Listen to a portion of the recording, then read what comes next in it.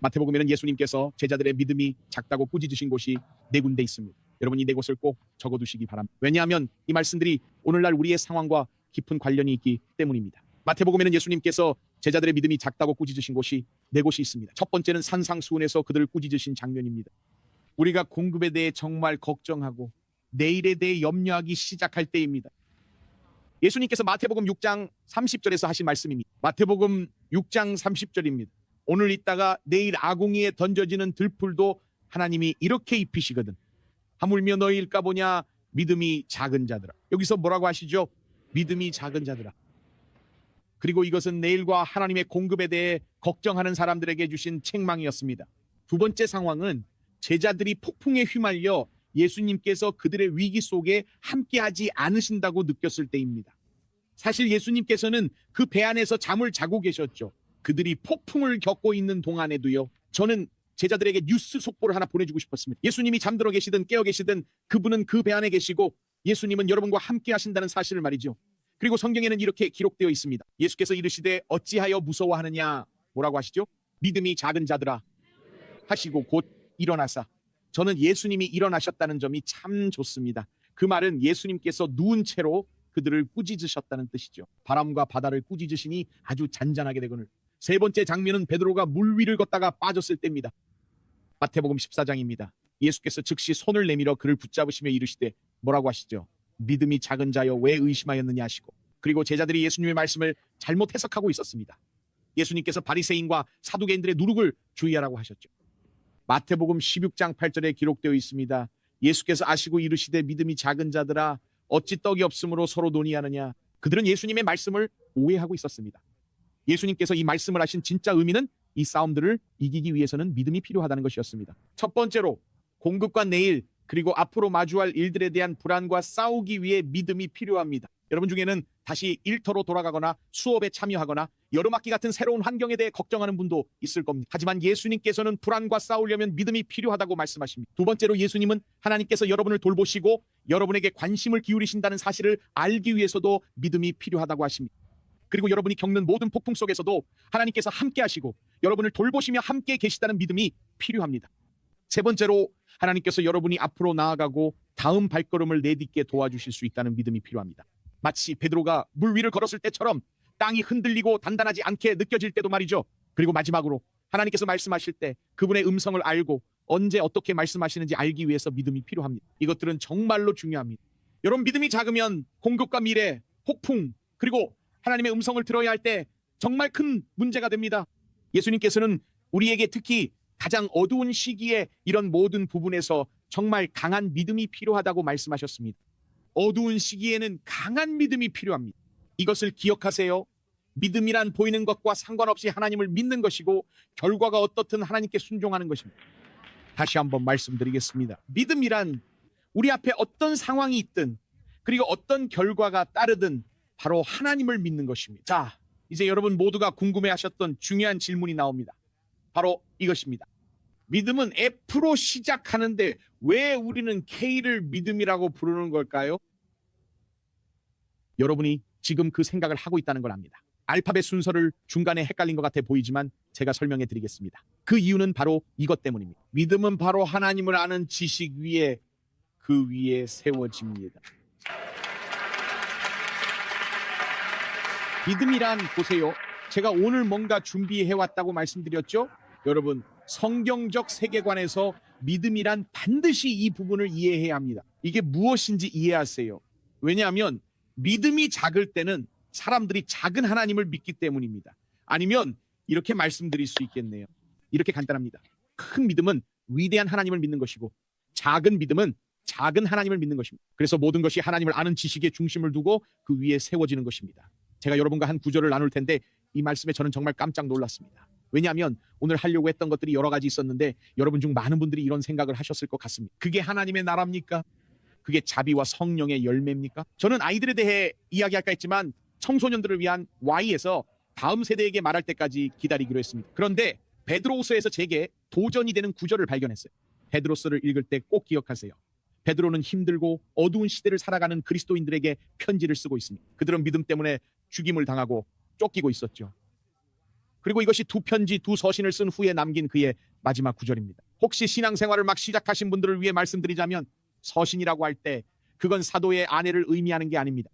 서신은 편지란 뜻입니다. 혹시 여러분 중 서신 부인과 사도씨가 있나? 라고 생각하신 분이 계실지 모르겠네요. 그런 뜻이 아닙니다. 이것이 바로 그의 마지막 책에서 마지막 구절입니다. 심지어 베드로가 순교자가 되기 전이었죠. 그리고 이 구절은 정말로 기도의 한 구절입니다. 리카르도가 우리를 인도했던 마지막 찬양곡 축복 그 노래는 기도였습니다. 여러분이 그 마지막 부분을 부르실 때 아멘이라고 하셨죠. 이 구절도 그렇게 끝납니다. 설교 준비할 때 하나님의 나라와 이런 것들을 생각하고 있었는데 그때 알파벳 K 때문에 깜짝 놀랐죠. 그리고 은혜에 이어서 바로 나오는 구절이 있습니다.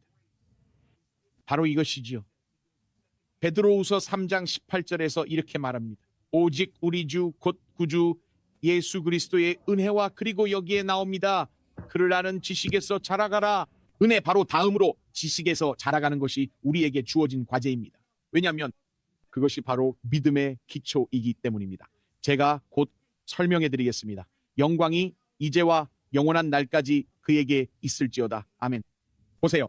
베드로가 도전했던 하나님을 아는 지식에서 자라간다는 것은 내가 하나님에 대해 충분히 알지 못하기 때문에 그 부분에서 성장해야 한다는 의미입니다. 크리스천이 될 때 우리는 구원에 필요한 만큼은 압니다. 하지만 충분히 안다는 것은 그 지식에서 계속 자라간다는 의미입니다. 그래서 저는 이 부분이 정말 마음에 듭니다. 몇 년 전 타임스퀘어 교회에 오셨던 초청 연사 중 한 분인 조니 에릭슨 타다는 이렇게 말했습니다. 하나님을 아는 것의 가장 놀라운 점 중 하나는 항상 더 알아야 할 것과 더 발견해야 할 것이 많다는 것입니다. 그리고 그녀는 덧붙였습니다. 우리가 전혀 예상하지 못한 순간에 하나님은 우리가 그분에 대해 가지고 있던 깔끔하고 정돈된 생각들 속으로 불쑥 들어오십니다. 그분이 누구시고 어떻게 일하시는지에 대한 우리의 생각을 깨트리십니다. 꼭 전하고 싶은 것은 이것입니다. 여러분이 직면하는 모든 싸움은 믿음의 시험입니다. 그리고 모든 믿음의 시험은 여러분에게 하나님이 얼마나 크신지 보여주거나 알려주기 위한 도전입니다. 다시 한번 말씀드립니다. 모든 싸움은 믿음의 시험입니다. 그리고 모든 믿음의 시험은 하나님이 얼마나 크신지에 대한 도전입니다. 보세요. 그렇기 때문에 베드로후서 3장 18절에 나오는 하나님을 아는 지식을 베드로가 우리에게 요청했던 것입니다. 은혜를 따라 자라나기 위해서 하나님을 아는 지식이야말로 믿음의 핵심 요소입니다. 제가 오랫동안 생각해왔고 앞으로도 중요할 것 같은 말을 하나 하고 싶습니다. 어떻게 말해야 할지 모르겠지만 그냥 말씀드리겠습니다.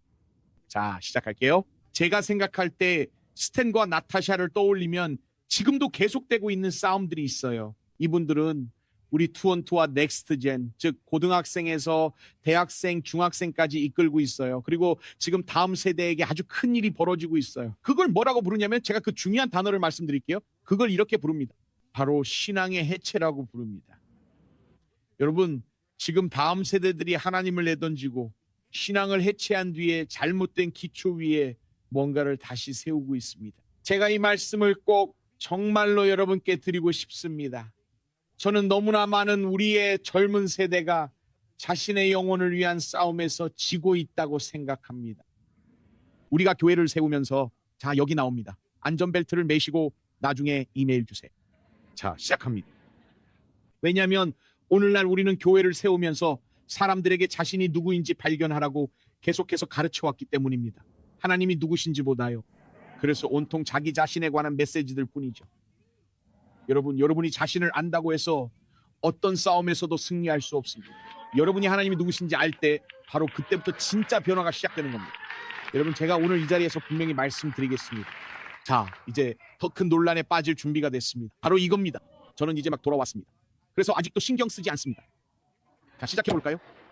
우리에게는 그게 문제가 아니었습니다. 교회는 우리가 누군가가 되기 위해 존재하는 것이 아닙니다. 우리는 누군가를 알기 위해, 바로 하나님을 알기 위해 존재하는 겁니다. 그게 바로 우리가 교회에 모이는 진짜 이유입니다. 우리 자신을 위해서가 아니라 그분을 위해서죠. 그런데 우리는 그 본질을 잃어버렸습니다. 그리고 여러분, 왜 사람들이 자신의 신앙을 해체하고 있는지 아십니까? 우리가 그분이 누구신지 놓치고 있기 때문입니다. 이해하시겠습니까? 우리는 우리 자신이 얼마나 강한지 알아내려고 애쓰지만 우리의 힘은 한계가 있다는 사실을 잊고 있어요. 저는 무한하신 하나님을 알고 싶습니다. 저는 하나님이 얼마나 위대하신 분인지 알고 싶습니다. 보세요. 하나님을 아는 것이야말로 우리가 선한 싸움을 싸우는 방법입니다. 하나님이 누구신지 아는 지식이 있을 때 여러분은 싸울 수 있습니다. 내가 내 은사를 알아야 하고 그 은사 테스트를 꼭 받아야 하고 그걸 통해서 내가 어떤 사람인지 찾아내야 해. 이런 게 아니에요. 내 애니어그램 유형이 무엇일까요? 내가 내가 핑크색인가요? 아니면 10번 유형인가요? 아니면 뭐 사실 저는 그런 것에는 전혀 관심이 없어요. 저는 하나님이 위대하다는 것을 알고 싶어요. 하나님이 얼마나 경이로운지 알고 싶어요. 여러분 자신을 발견하는 동안 저는 하나님이 어떤 분이신지에 대한 지식에서 자라고 싶습니다. 저는 알고 싶습니다. 여러분 들어보세요. 저는 매주 이 자리에 사람들이 나타난다는 사실에 아직도 놀라고 있습니다. 우리는 이제 겨우 K까지 왔고 아직도 16개의 알파벳이 더 남아 있습니다. 하지만 저와 함께 해주세요. 제가 곧 교회를 텅 비게 할지도 모르겠네요. 왜냐하면 우리가 함께 모일 때 교회와 기도와 성경 읽기 그리고 교제는 바로 악한 세상에 대한 신병 훈련소이기 때문입니다. 그게 바로 이곳의 목적입니다. 우리는 여러분이 어두운 시대를 걸어갈 수 있도록 준비시켜야 합니다. 그리고 여러분 말씀드리자면 전쟁이 다가오고 있습니다. 여러분 중 몇 분에게는 그 전쟁이 이미 시작됐습니다. 저는 주님께로 돌아온 한 청년을 기억합니다. 신디와 제가 마지막으로 섬긴 교회에서 만난 친구입니다. 정말 매력적인 성격이었고 모두가 도니를 좋아했습니다. 정말 그랬어요. 그는 정말 사랑스럽고 카리스마가 넘치면서도 아직 너무 미성숙했죠. 어느 날 그가 저에게 와서 이렇게 말했습니다. 팀 목사님, 제가 기도하는데 주님께서 제게 말씀하셨어요. 그래서 제가 말했죠. 그래 도니, 뭐라고 하셨는지 말해보렴. 그가 말하길 주님께서 마침내 제게 말씀하셨어요. 구원받은 지 한 6개월쯤 됐을 때였죠. 그는 이렇게 말했습니다. 저는 이제 더 이상 싸울 일이 없어요. 모든 싸움을 졸업했습니다. 이제는 더 이상 싸울 일이 없습니다. 그래서 제가 물었죠. 너 죽어가는 거니? 왜냐하면 그런 일은 죽었을 때만 일어나요. 그래서 제가 말했죠. 네가 살아있다면 속으로 이렇게 말하고 싶었어요. 오, 나의 카리스마 넘치는 친구여. 더 이상 싸움이 없다고 말했기 때문에 곧 또 다른 새로운 싸움이 너에게 찾아오게 될 거예요. 여러분 보세요. 여러분의 믿음이 시험을 받게 될 때 여러분의 하나님을 아는 지식이 도전을 받게 됩니다. 다시 한번 말씀드리지만 바로 그게 시험의 본질이죠. 이 싸움에 관한 구절들을 살펴보겠습니다. 이 구절들에서 발견할 수 있는 싸움의 공통된 단어와 주제를 말해보세요. 이제 시작합니다. 잘 들어보세요. 베드로전서에서 베드로가 우리에게 일깨워 줍니다. 그는 이렇게 말하죠. 그러므로 너희가 이제 여러 가지 시험으로 말미암아 잠깐 근심하게 되지 않을 수 없으나 오히려 크게 기뻐하는도다. 그리고 나서 베드로는 이렇게 말합니다. 이 시련들의 목적이 바로 여러분의 믿음을 시험하는 것이라고요. 너희 믿음의 확실함은 불로 연단하여도 없어질 금보다 더 귀하여 예수 그리스도께서 나타나실 때에 칭찬과 영광과 존귀를 얻게 할 것이니라. 여러분 야고보는 이렇게 말합니다. 내 형제들아, 너희가 여러 가지 시험을 당하거든 온전히 기쁘게 여기라. 이는 너희 믿음의 시련이 인내를 만들어내는 줄 너희가 알미라. 바울도 디모데에게 이런 싸움에 대해 말해줍니다. 그는 디모데전서 6장 12절에서 말합니다. 믿음의 선한 싸움을 싸우라. 마지막으로 예수님께서 베드로에게 하신 말씀을 생각해 보십시오. 베드로가 인생에서 가장 어두운 순간 중 하나를 맞이하기 직전이었습니다. 베드로야, 너를 위해 기도한다고 말했어요. 예수님께서 말씀하십니다. 시몬아, 시몬아, 보라, 사탄이 너희를 밀 까부르듯 하려고 요구하였으나 그러나 내가 너를 위하여, 여기서 뭐라고 하시죠? 내 믿음이 떨어지지 않기를 기도하였노니 너는 돌이킨 후에 내 형제를 굳게 하라. 여러분 바로 이겁니다. 이것을 꼭 기억하세요. 모든 싸움은 믿음의 싸움입니다. 그리고 여러분 모든 싸움, 즉 이 믿음의 싸움은 하나님이 누구신지에 대해 왜곡하고 비틀고 방해하고 잘못 묘사하려고 합니다. 다시 한번 말씀드리고 싶습니다. 여러분이 겪는 모든 싸움은 믿음의 싸움입니다. 그리고 믿음의 기초가 하나님을 아는 지식이라면 그 악한 싸움의 목표는 바로 하나님이 누구신지를 왜곡하고 비틀고 방해하는 것입니다. 여러분 영국의 작가인 C.S. 루이스도 정말 그런 믿음의 싸움을 했습니다. 그리고 하나님에 대한 왜곡과 싸웠어요. 그의 아내가 그의 눈앞에서 암으로 죽어가고 있었어요. 루이스는 조이 데이빗먼과 결혼했어요. 그녀에겐 2명의 자녀가 있었어요. 그녀는 과부였죠. 그리고 이 동화 같은 결혼 생활이 시작된 지 얼마 되지 않아 조이는 암 진단을 받게 됩니다. 그리고 C.S. 루이스의 책 헤아려 본 슬픔은 제가 읽어본 문학 작품 중 가장 날 것 그대로의 작품 중 하나입니다. 왜냐하면 이 책은 출판할 목적으로 쓴 것이 아니었기 때문이죠. 그것은 그가 겪고 있는 일을 기록한 일기였습니다. 이 믿음의 사람, 믿음을 받아들인 남자인 C.S. 루이스, 그리고 그의 글은 수많은 사람들에게 감동을 주었습니다. 하지만 바로 여기서 믿음의 싸움이 시작됩니다. 기억하세요. 모든 싸움은 믿음의 싸움입니다. 그 싸움이란 무엇일까요? 바로 하나님이 누구신지 왜곡하고 혼란스럽게 하며 잘못 해석하고 오해하게 만드는 것입니다. 그의 일기에서 나온 이 말을 들어보세요. 여러분께 보여드리고 싶습니다. 이 부분은 정말 중요하니까 꼭 기억하세요. 그가 어떻게 말하는지 들어보세요. 그의 일기에서 이렇게 적고 있습니다. 신앙의 싸움에서 가장 어두운 시기를 겪고 있을 때 사탄이 하나님의 본질을 왜곡하려 할 때 그가 쓴 글입니다. 그가 이렇게 썼습니다. 내가 하나님을 믿지 않게 될 위험에 처한 것은 아니다. 실제로 진짜 위험한 것은 하나님에 대해 끔찍한 것들을 믿게 되는 것이다. 내가 두려워하는 결론은 결국 하나님은 존재하지 않는다가 아니라 내가 정말로 두려워하는 결론은 바로 이것이다. 아, 이게 하나님의 진짜 모습이구나. 얼마나 솔직한지 느껴지나요? 이것이 믿음의 싸움이었습니다. 그 순간에 싸우고 있었어요. 그가 아내가 암으로 고통받는 모습을 바라보는 그 순간 원수는 그 믿음의 싸움을 왜곡하고 이용하려 합니다. 이게 바로 하나님이야. 이게 그분의 본 모습이야 라고 말이죠. 그래서 하나님을 아는 지식, 곧 하나님을 아는 것이 바로 우리의 믿음의 기초가 됩니다. 하나님이 흐릿해지면 바로 우리가 하나님이 누구신지 잃어버릴 때 이 싸움에서 정말 쉽게 패배할 수 있습니다. 그래서 제가 이렇게 말씀드리고 싶어요. 잘 들으세요. 더 큰 믿음을 가지려고 애쓰지 마세요. 그저 하나님을 더 깊이 알기 위해 노력하세요. 그러면 믿음은 저절로 생깁니다. 다시 한번 말씀드리겠습니다. 믿음만을 쫓지 마세요. 하나님을 아는 지식을 쫓으세요. 하나님을 더 깊이 알기를 구하세요. 그분의 성품과 신실하심을 아시고 그분의 능력과 인자심을 아십시오. 그분의 공의를 아시고 그분의 거룩하심을 아십시오. 우리가 하나님을 더 알아갈수록 우리 안에 믿음이 솟아오릅니다. 하나님을 아는 지식을 어디서 얻을 수 있을까요? 하나님의 말씀에서 얻습니다. 우리가 이 말씀을 펼칠 때마다, 이곳에 올 때마다 반드시 이 말씀 안에 있어야 합니다. 하나님을 아는 지식은 바로 여기에서 나오기 때문입니다. 지난 주일에 제가 이 자리에 없었던 이유는 3년 전에 누군가에게 했던 약속을 지키기 위해서였습니다. 중요한 약속이었죠. 우리 총감독이신 카터 목사님께서 이 자리에 계셔 주셔서 정말 감사합니다. 하나님께도 감사드립니다. 목사님께서 이 강단에 설 때마다 감사하게 생각합니다. 프랑스에서 열리는 한 행사에서 제가 말씀을 전하겠다고 약속했던 것이었고 많은 분들이 저에게 어땠냐고 물으셨습니다. 지난주 중반부터 지난 3일 동안 아마 가장 많이 들었던 질문이었을 겁니다. 제 대답은 예상외로 놀라웠다는 것입니다. 사실 저는 약속을 지키러 갔고 그곳에서 어떤 일이 펼쳐질지 전혀 모른 채 그곳에 들어섰습니다. 사실을 말씀드리자면 저는 주일에 TSC를 떠나는 걸 정말 싫어합니다. 이곳을 떠나야 한다는 생각만으로도 마음이 무거워지고 매일 여기 있는 것보다 더 좋은 곳은 세상에 없다고 생각해요. 여기에서 보내는 시간은 저에게 정말 소중해요. 정말 솔직히 말씀드리지만 이곳보다 더 있고 싶은 곳은 없습니다. 하지만 약속을 지켜야 했죠. 여러분 모두를 그리워하며 그곳에 갔어요. 아마도 그래서 별로 기대도 하지 않았던 것 같습니다. 정말 무슨 상황이 벌어질지 전혀 몰랐습니다. 그런데 여러분, 제가 그곳에 들어섰을 때 무려 2,500명의 젊은이들이 고등학생부터 대학생까지 그 자리에 모여 있었습니다. 사람들로 가득 차 있었어요.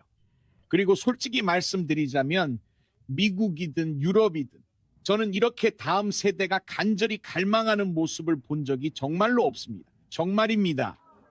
저는 제니퍼를 바라봤어요. 찬양 때 있는 제니퍼, 손을 흔들어 주세요. 그 감동이 생생해요. 제니퍼는 파리에서 왔어요. 여러분, 저는 제니퍼에게 말했어요. 프랑스에 희망이 있다고 생각해요. 다음 세대인 젊은이들이 하나님께 간절히 기도하는 모습을 봤을 때 말이죠. 여러분, 토요일 밤에 이 친구들이 물어봤어요. 뉴욕에서 하시는 ABC를 여기서도 해주실 수 있나요?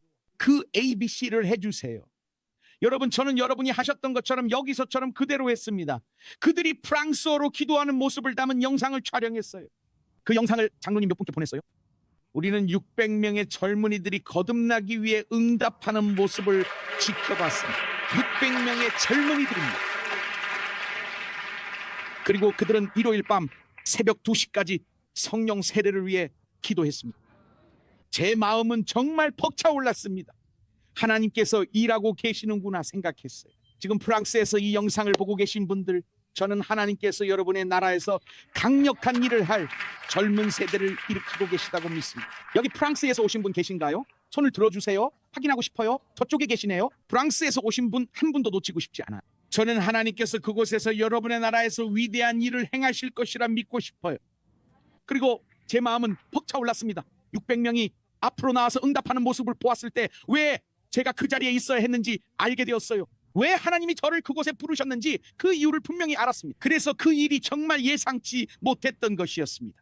여기서 떠날 때 우리는 비행기를 타고 스위스 취리히로 갔어요. 우리가 말씀을 전할 장소와 가까웠기 때문입니다. 우리는 취리히에 도착했고 신디와 저는 보안 검색대를 통과하고 있었습니다. 보안 검색대를 통과하는 순간 불과 몇 걸음 떨어진 면세점에는 수백 개의 담배 상자들이 쌓여 있었습니다. 수백 개나 됩니다. 검색대를 지나면 바로 그곳에 담배가 쌓여 있습니다. 스위스 초콜릿과 향수 바로 앞에 말이죠. 정말 엄청난 양의 담배 상자가 쌓여 있었어요. 신디가 저를 바라봤어요. 신디가 말하길 정말 놀라워.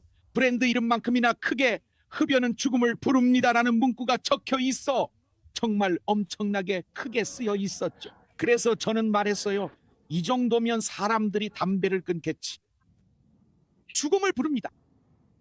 하지만 아무것도 달라지지 않았습니다. 사람들은 여전히 담배를 샀죠. 바로 그 자리에서요. 사람들은 면세점에서 담배 상자를 잔뜩 사면서 카트를 밀고 다니는데 거기엔 흡연은 죽음을 부릅니다 라는 거대한 문구가 있었습니다. 이것은 조그만 별표나 돋보기가 필요한 글씨가 아니었어요. 여러분 정말로 말씀드리지만 그 문구는 말보로 로고보다도 더 컸습니다. 바로 흡연은 죽음을 부릅니다였죠. 그런데도 사람들은 전혀 신경 쓰지 않았고 읽어보지도 않았습니다. 거기에 뭐라고 적혀 있든지 간에 여전히 그리고 아무렇지 않게 암에 걸릴 위험을 감수하면서도 담배를 샀어요. 그리고 말씀드리자면 제 머릿속에는 이것만 맴돌았습니다. 성경 말씀을 생각했어요. 여러분 이 말씀을 읽지 않으면 정말로 여러분의 믿음이 결국에는 죽게 될 거라고 분명히 말씀드립니다. 지금 분명히 말씀드립니다. 여러분 만약 주일 예배나 가끔 화요일에만 신앙생활을 한다면 어두운 시기를 헤쳐나갈 수 없다는 걸 정말로 말씀드리고 싶습니다. 여러분은 하나님이 누구신지 알아야 하고 하나님을 아는 지식으로 다시 새로워져야 합니다. 이 말씀이 여러분의 일상과 삶의 커리큘럼에 포함되어 있지 않다면 정말로 말씀드리지만 수천 가지의 것들이 여러분의 마음을 채우고 하나님이 누구신지 왜곡하려고 할 것입니다. 하지만 제가 말씀드리고 싶은 것은 우리가 이 책을 열지 않으면 자신을 망치게 된다는 겁니다. 우리가 이 책을 펴지 않는다면요 모든 교황들도 그렇고 여러분이 이 나라의 리더든 전 세계의 리더든 상관없습니다. 우리가 전하는 것도 바로 이 말씀입니다. 우리가 말하는 것도 바로 이 말씀이죠. 우리가 반드시 뿌리를 내려야 할 자리가 바로 이 말씀입니다. 모든 것이 여기서 바로 시작됩니다. D.L. 무디가 이렇게 말했습니다. 나는 성경을 덮고 믿음을 위해 기도했지만 이제는 성경을 펴고 공부하기 시작했더니 믿음이 내 안에서 자라기 시작했다. 믿음을 위해 기도하지 마세요. 믿음 안에서 성장하세요. 그리고 말씀에서 시작됩니다. 어떻게 해요, 팀 목사님? 잘 들어보세요. 로마서 10장 17절에 이렇게 나와 있습니다.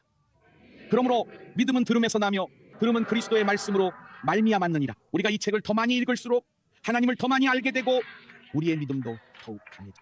보세요. 믿음은 여러분이 반응할 때 생깁니다. 하나님께서 자신을 드러내실 때 여러분은 그 계시에 응답해요. 말씀을 펴서 보면 이건 진리이고 하나님이시구나 라고 생각합니다. 제가 믿어야 할 것은 바로 말씀입니다. 그러면 믿음이 자라나기 시작합니다. 하나님을 아는 지식이 자랄수록 믿음도 함께 성장합니다. 자, 이 점을 꼭 기억하세요. 성경은 결코 그저 믿으라라고 말하지 않습니다. 오직 주 예수님을 믿으라고 말합니다. 믿음을 가지라고 말하지 않습니다.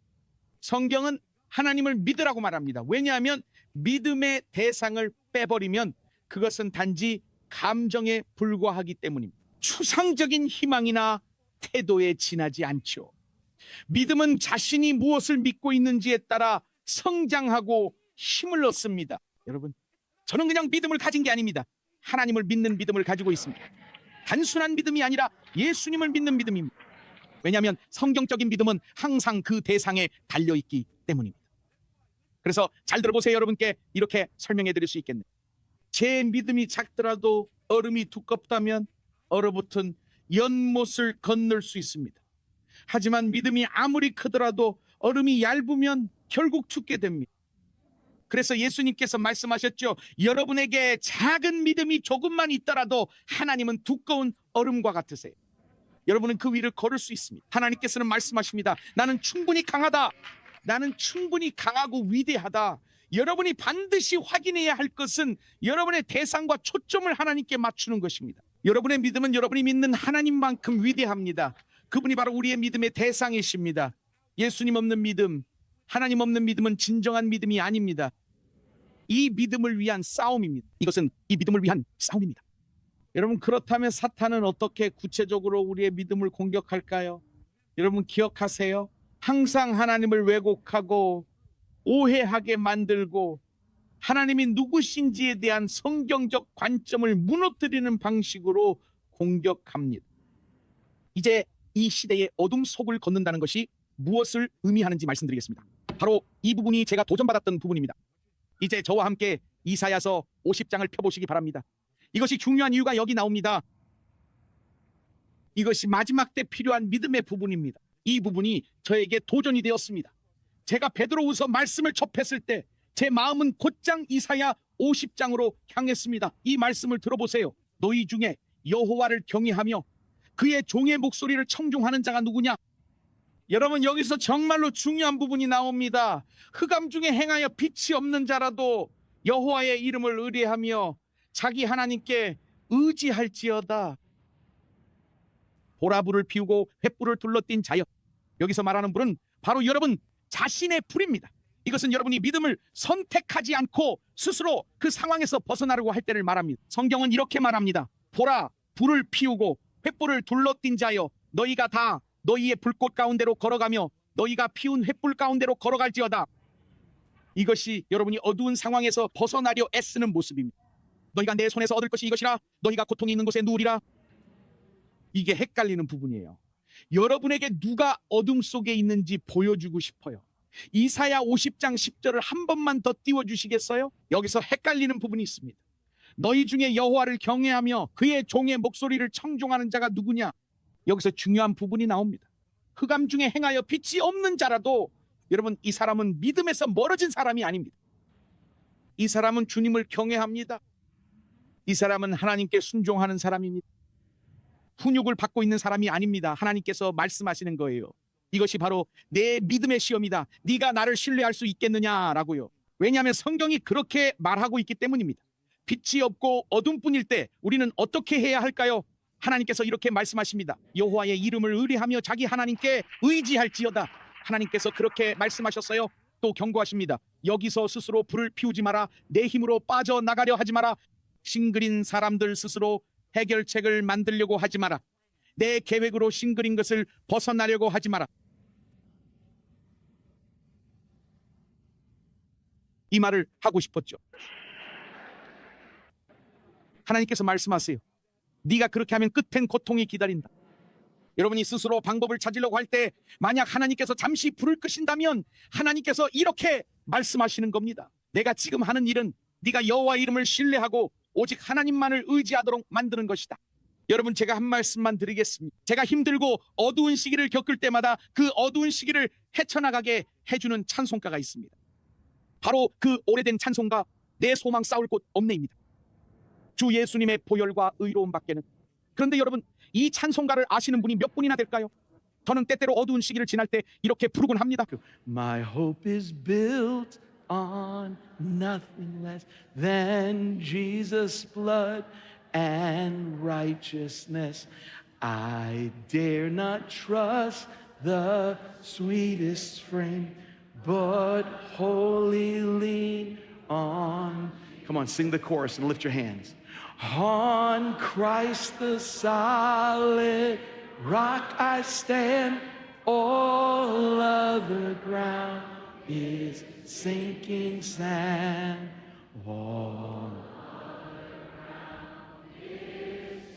Okay, but where I really sing, the bit where I get loud, is on this part.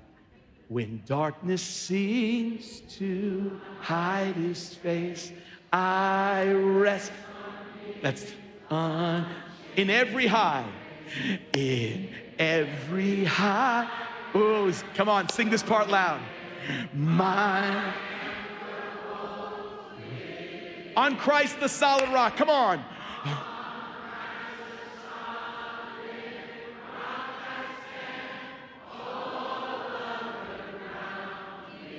Sinking sand.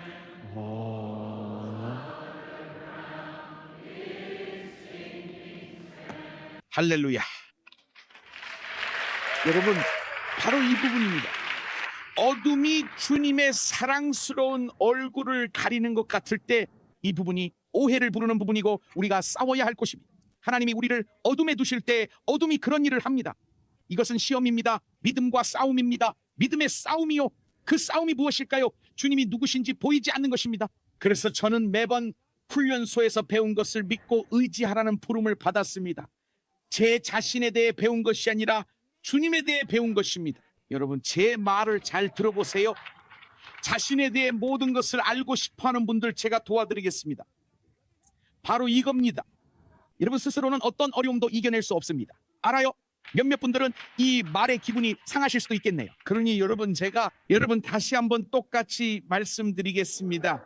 여러분 스스로는 어떤 전투도 이겨낼 수 없습니다. 하지만 여러분, 우리가 겪는 모든 전투를 이겨내게 해주시는 분이 계세요. 어둠이 주님의 사랑스러운 얼굴을 가리는 것 같을 때 저는 주님의 변함없는 은혜에 안식합니다.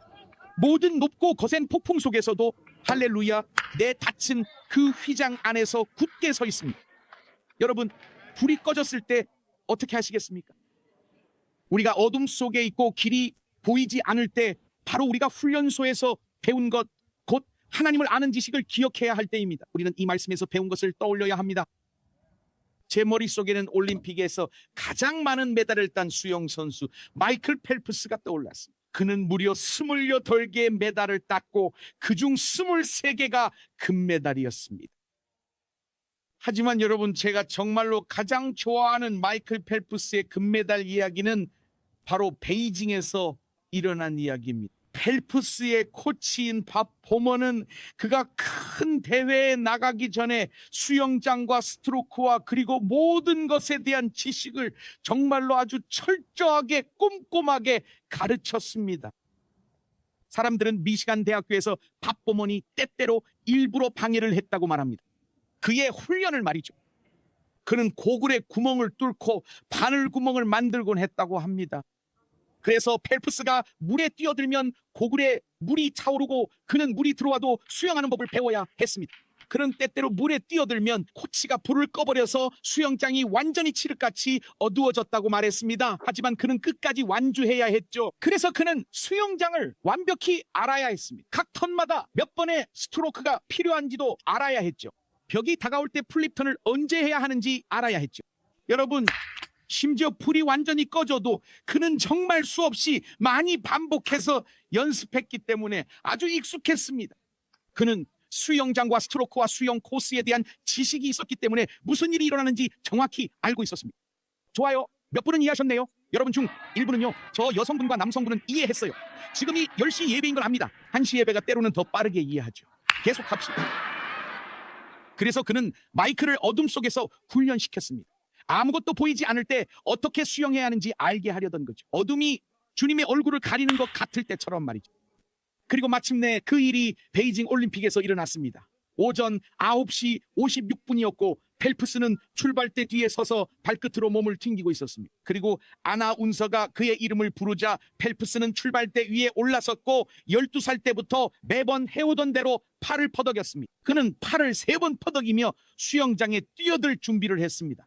그리고 마이클 펠프스는 뭔가 잘못됐다는 걸 알았다고 말했습니다. 물에 들어가자마자 고글 안에 습기가 차기 시작한 겁니다. 물이 아래서 새는지 위에서 새는지 알 수 없었어요. 하지만 물 위로 올라와 수영을 시작하자마자 그는 이게 끝이길, 더 이상 문제가 없기를 바랐습니다. 하지만 그는 결승전 2번째 턴을 했을 때 모든 것이 흐릿해지기 시작했다고 말했습니다. 그리고 마지막 랩의 3번째 턴에 다다르자 고글 안이 완전히 물로 가득 찼다고 했죠. 마이클은 말했습니다. 아무것도 보이지 않았어요. 라인과 수영장 바닥과 벽이 가까웠음을 표시하는 그 검은 T자도 보이지 않았습니다. 아무것도 보이지 않았습니다. 그리고 바로 그 순간 펠프스는 이렇게 말했습니다. 그때 모든 훈련이 몸에 배어 나왔어요. 훈련에서 배운 게 떠올랐어요. 이미 이 상황을 공부했고 이 수영장에 대한 지식이 있었으니까요. 저는 스트로크에 대한 지식이 있었어요. 몇 번의 스트로크가 필요한지도 알고 있었죠. 그리고 펠프스는 이렇게 말했어요. 코치가 불을 끄고 제가 어둠 속에서 수영해야 했을 때 그는 말했죠. 모든 것이 기억에 남았어요. 그리고 그 모든 일이 일어났죠. 갑자기 마이클이 마지막 턴을 했을 때 그는 이렇게 말했습니다. 저는 마지막 스퍼트에 몇 번의 스트로크가 필요한지 미리 계산했어요. 그는 말했어요. 이미 21번의 스트로크가 필요하다는 걸 알고 있었어요. 제가 무엇을 해야 하는지도 알고 있었죠. 그래서 그는 말했어요. 21번의 스트로크라는 걸 알았을 때 마음이 편안해졌어요. 그는 말했습니다. 랩 중간쯤에서 마지막 스퍼트를 시작했어요. 그게 항상 그의 중요한 순간이죠. 18번째 스트로크에서 시작합니다. 그는 말했어요. 그때부터 힘을 쏟기 시작했어요. 관중들의 환호가 들렸지만 앞이 안 보여 그 환호가 저를 위한 건지 다른 누군가를 위한 건지 몰랐어요. 19번째, 20번째, 그리고 21번째 스트로크를 했을 때 그는 그 글라이딩이 자신을 벽까지 데려다 줄 걸 알았습니다. 고글을 벗고 고개를 들어보니 자신의 이름 옆에 WR, 즉 세계 신기록이라고 적혀 있었습니다. 그는 금메달뿐 아니라 세계 신기록도 세웠습니다. 그리고 어둠 속에서 그 일을 해냈습니다. 이 이야기가 우리에게 말해주는 것은 여러분이 하나님을 알고 하나님이 누구신지 알면 갑자기 여러분은 이렇게 생각합니다. 여기서 어디로 가야 할지 모르지만 나는 하나님이 누구신지는 알아. 나는 전쟁에 대해 알 필요도 없고 적이 누구인지 알 필요도 없고 내가 누구인지조차 알 필요가 없어. 우리는 그저 하나님이 누구신지만 진정으로 알면 됩니다. 그리고 그걸 알게 되었습니다. 할렐루야, 할렐루야, 할렐루야, 할렐루야, 할렐루야. 저와 함께 일어서십시오. 할렐루야. 하나님께 영광을, 주님께 영광을, 하나님께 영광을. 할렐루야, 할렐루야. 오, 할렐루야. 여러분, 이사야는 말합니다. 어둠 속에서 해야 할 두 가지가 있다고 말해요. 여호와의 이름을 의뢰하며 자기 하나님께 의지할지어다. 이사야의 말입니다. 불이 켜진다고 말하지 않았어요. 그렇게 말하지 않았어요. 여러분은 벽을 터치할 거예요. 벽을 터치하며 마무리하게 될 거예요. 어떻게 하나요, 목사님? 몇 번의 스트로크를 해야 하는지 알 필요 없어요. 21번의 스트로크인지도 몰라요. 그냥 해야만 하는 거예요. 하나님은 신실하십니다. 하나님은 선하십니다. 하나님은 나를 사랑하십니다. 그분은 나의 아버지십니다. 그리고 여러분은 18번째 스트로크에 와 있습니다. 그리고 이렇게 말하죠. 하나님은 전능하시다. 하나님은 전지하시다. 그리고 이제 밀어냄이 옵니다. 그 밀어냄이 다가옵니다. 주님은 무소부재하시다. 그리고 갑자기 바로 그 순간 여러분은 도착하고 하나님이 계시다고 생각합니다. 하나님이 계세요. 하나님은 내 곁에 계시고 함께 하십니다. 여러분, 한 가지 말씀드릴게요. 주님의 이름을 신뢰한다는 것은 그분의 성품을 신뢰하는 것이며 훈련소에서 이미 배운 것들을 신뢰하는 것입니다. 그래서 여러분이 교회에 오는 겁니다. 여러분 잘 들으세요. 여러분 하나님에 대해 배우기 위해 이곳에 오는 겁니다. 여러분에 대한 시험을 하려는 게 아니에요. 여러분은 그렇게 할 수 없습니다. 그것은 여러분을 어떤 것에서도 이겨내게 해주지 못해요. 우리는 여러분이 말씀 안에서 훈련받기를 원합니다. 저는 위대한 치유복음 전도자 위글스워스가 한 말을 정말 좋아해요. 그는 말했어요. 나는 내가 보는 것에 흔들리지 않는다. 내가 느끼는 것에 흔들리지 않는다. 나는 내가 믿는 것에 의해서만 움직인다. 그게 전부다. 그게 전부예요. 그래서 말씀이 중요한 겁니다. 말씀이 중요합니다. 이건 마치 물이 고글 안에 들어온 채로 수영하는 것과 같습니다. 어둠 속에서 수영하는 것 같아요. 그게 하나님께서 우리에게 요청하신 일입니다. 그런 순간들이 있습니다. 그래서 우리는 여러분이 어둠 속에서 수영할 수 있도록 훈련시키는 겁니다. 어둠 속에서도 걸을 수 있게 훈련시킵니다. 여러분은 지금 이 자리에 있거나 온라인으로 보면 이렇게 생각할 수 있죠. 나는 주님의 말씀에 순종했고 주님을 경외합니다. 그런데 왜 불이 꺼진 것 같죠? 왜 불이 꺼진 걸까요? 왜 내 불이 꺼져버린 걸까요? 나는 모든 걸 제대로 했다고 느끼는데 말이죠. 있잖아요. 마크, 유카, 베리, 그 찬송가의 첫 부분이 생각납니다. 내 소망 쌓을 곳 없네. 주 예수님의 보혈과 의로움 밖에는. 이제 나옵니다. 신뢰하지 않는다고 하죠. 가림. 그 다음 가사가 뭐죠? 어떤 달콤한 모습도 신뢰치 않으며. 여기서 중요한 부분이 나옵니다. 예수님의 이름만 온전히 의지합니다. 무슨 말인지 아세요? 여기서 모습이 뭔지 아세요? 마음가짐, 즉 마음 상태를 말해요. 그게 그가 말한 거예요. 나는 내 마음이 가장 좋을 때조차도 그 상태조차도 신뢰하지 않겠다는 거예요. 하물며 내가 힘들 때는 더더욱, 그렇죠? 나는 감히 가장 좋은 마음가짐조차도 신뢰하지 않으리라. 이제 나옵니다. 바로 이 고글처럼요. 어떤 달콤한 모습도 신뢰치 않으며 오직 무엇을요? 예수님의 이름만 온전히 의지합니다. 그렇게 하면 어두운 시기를 헤쳐나갈 수 있어요. 그 시기에는 설명이 아닌 약속을 붙들고 살아가기 때문입니다. 우리는 우리가 배운 약속 위에 서서 살아갑니다. 그리고 여러분께 좋은 소식이 있어요. 여러분도 결국 그 벽을 터치할 거예요. 좋은 소식이 있습니다. 여러분도 벽을 터치하며 경기를 마치게 될 겁니다. 그리고 이렇게 말하게 되겠죠. 와, WR 세계 신기록. 도대체 내가 어떻게 쳐나왔지? 여기 좋은 소식이 있습니다. 시편 112편 4절에 이렇게 말합니다. 뭐라고 돼 있죠? 정직한 자들에게는 흑암 중에 빛이 일어나나니. 여러분 중에는 오늘 예배를 드리면서도 마치 물이 찬 고구를 쓴 것처럼 앞이 보이지 않는 분들이 있을 겁니다. 내일이 전혀 보이지 않고 왜 다시 그 아파트로 돌아가야 하는지도 모르겠는 분들도 계시겠죠. 하지만 그럼에도 불구하고 여러분의 하나님을 아는 지식이 여러분의 손을 들게 했습니다. 강하신 하나님에 대한 강한 믿음이 예배를 시작할 때 여러분의 손을 들게 한 것이죠. 앞이 보이지 않는 고구를 쓴 채 자녀가 힘든 자리에 있고 결혼 생활이 어려운 자리에 있고 몸은 병으로 고통받고 있는데도 미래가 흐릿하게만 보이는데도 말입니다. 의사는 3년이라고 말합니다.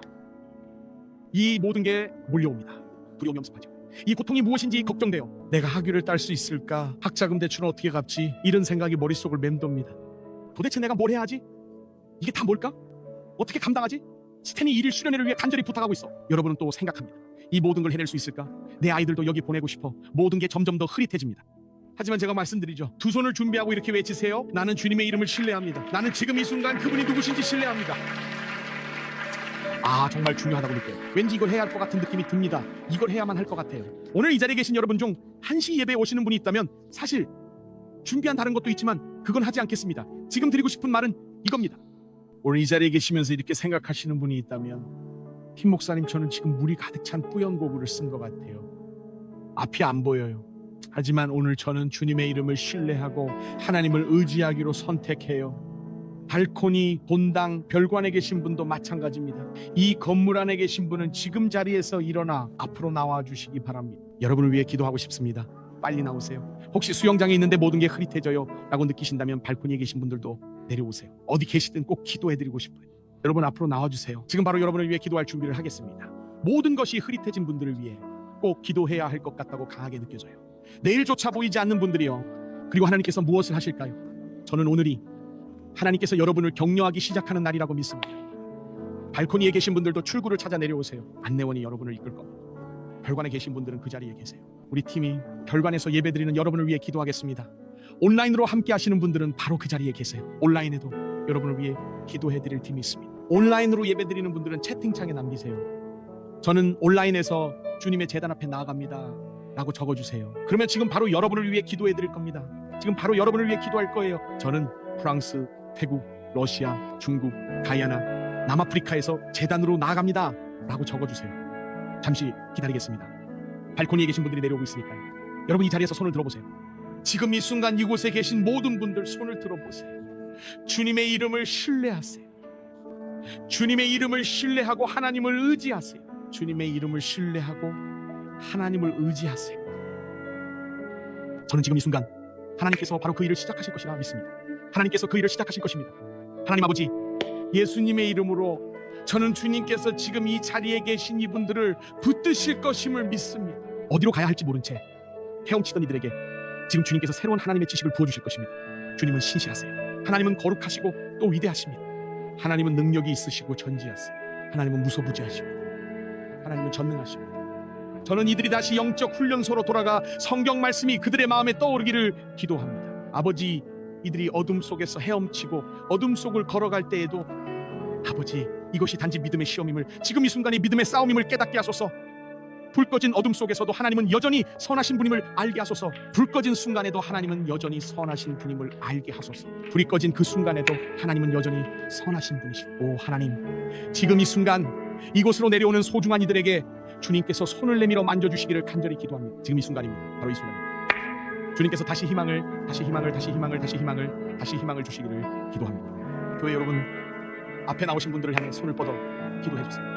하나님, 오늘 이 믿음의 날임을 믿습니다. 하나님, 이분들이 주님을 더 깊이 알게 하심으로써 그들의 믿음을 더욱 크게 하여 주옵소서. 오 할렐루야.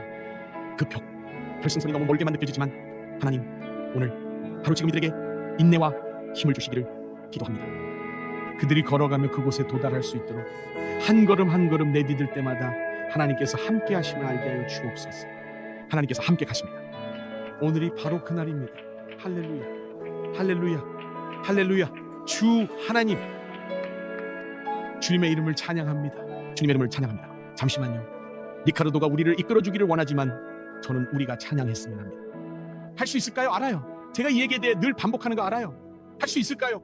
우리가 다 같이 위대하신 주를 부를 수 있을까요? 우리가 그 찬양을 부르기 시작할 수 있을까요? 프랑스어로 그들이 이 노래를 불렀어요. 그리고 저는 눈물이 났어요. 우리가 영어로 그 곡을 부를 때마다 눈물이 납니다. 왜냐하면 그것이 하나님을 아는 지식과 그분이 누구신지를 다시 기억나게 해주기 때문이죠. 여러분도 아시겠지만 우리가 그 곡을 부를 Splendor of the King. Come on, sing it. Close. This is the knowledge of God part. This is going to get you ready for the swim. Listen to the second part. Listen, sing it now. He wraps himself. Hallelujah. Darkness tries to hide. This is how big God is. It trembles.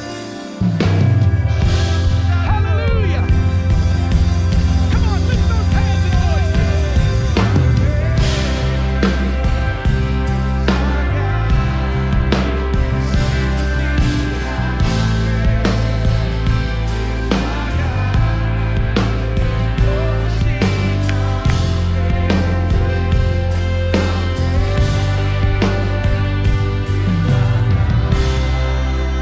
you're going to sing that second verse. Second and second verse.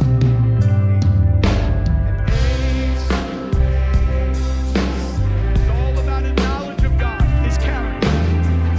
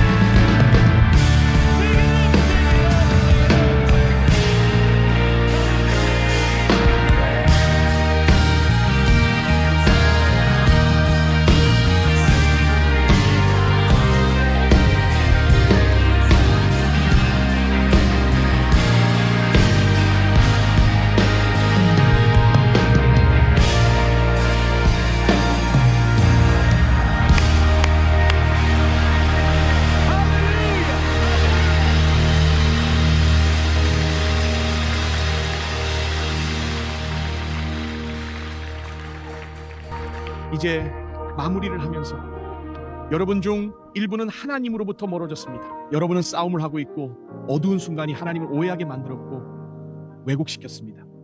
바로 그 단어입니다. 하나님을 왜곡시켰죠. 하나님이 왜곡되어 버렸습니다. 그래서 여러분이 한 일은 그냥 떠나버린 겁니다. 나는 더 이상 참여하고 싶지 않아 라는 생각이 들었죠. 저는 이런 이야기를 늘 듣습니다. 왜냐하면 여러분은 하나님 없이도 무언가를 이겨낼 수 있다고 생각했기 때문입니다. 누구도 그렇게 할 수 없습니다. 제가 믿음의 싸움을 이겨낼 수 있게 해주는 것은 바로 하나님을 아는 지식입니다. 그게 전부입니다.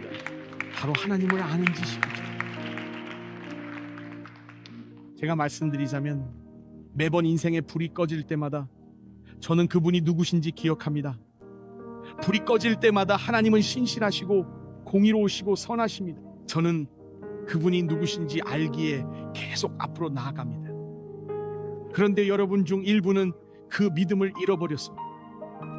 여러분은 신앙을 해체해야 한다고 생각했죠. 그리고 제가 지금 약간 비꼬는 말투로 말하고 있다는 걸 압니다. 일부러 그렇게 말하는 겁니다. 그래서 여러분은 신앙을 해체하겠다고 결심했죠. 그런데 그게 통하지 않습니다. 제 말을 잘 들으세요. 온라인으로 시청하고 계신 분 중 여기 오기가 두려워서 몰래 보고 계시죠? 저도 압니다. 어떻게 알지? 라고 생각하실 거예요. 어떻게 알지? 어떻게 알지? 이건 특별한 카메라입니다.